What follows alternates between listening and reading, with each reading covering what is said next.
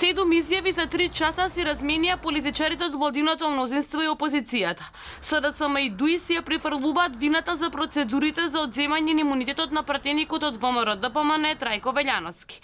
Откако СДСМ најави дека нема да дојдат во собранието поради немање услови во текот на денот, претседателот на собранието Талат Џафери, од кого побара одговори, вината префрли кај Комисијата за деловнички и мандатно имунитетни прашања и пратеникот од СДСМ Мухамед Зекири.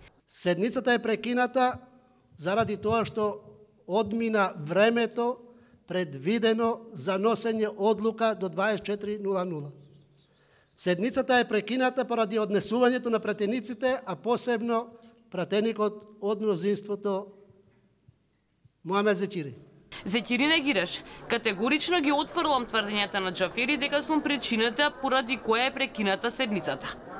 Прашање: дали Талат Џафери свесно отработи за ВМРО-ДПМН, односно Трајко Велјановски, да не се соочи со правдата? Обвинувањата за договори со ВМРО-ДПМН провејува и во говорите на речисите пратеници, па додека Зекири и претседателот на мандатно-имунитетната комисија Павле Богоевски ги обвинија ДУИ за договор со опозицијската партија, Артан Груби од ДУИ ги обвини СДСМ. Ништо од тоа што се деси синоќа немаше да се деси доколку претседателот на мандатно-имунитетната комисија не се договореше со ВМРО-ДПМН, исклучувајќи ја Демократската унија за интеграција и да ја стави во заеднички договор одлуката на гласање во 21 часот без да не информира и без да не почека.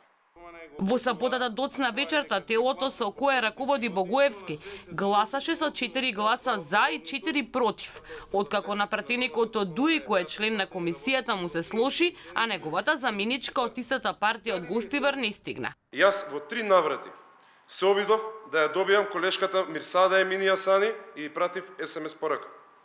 2 пати таа ми го спушти телефонот. Третиот пат, најверојатно погрешка крена, и 12 секунди ми молчеше на слушалката пред да ја прекине врската. Од тогаш, јас престанав да се обидувам да ја добијам. ДУИ стои за целото ова сценарио, тврди пратеникот од Алијансата за албанците Зијадин Села. Дали се работи за закана некоја или уцена од страна на ВМРО-ДПМН, или се работи директно за настаните на 27 април, тоа ќе видим. Тоа што е известно по случувањата во собранието е дека истече рокот за одземање на имунитетот на Велјановски, кој е осомничет за организирање на насилствата на 27 април 2017 година во собранието.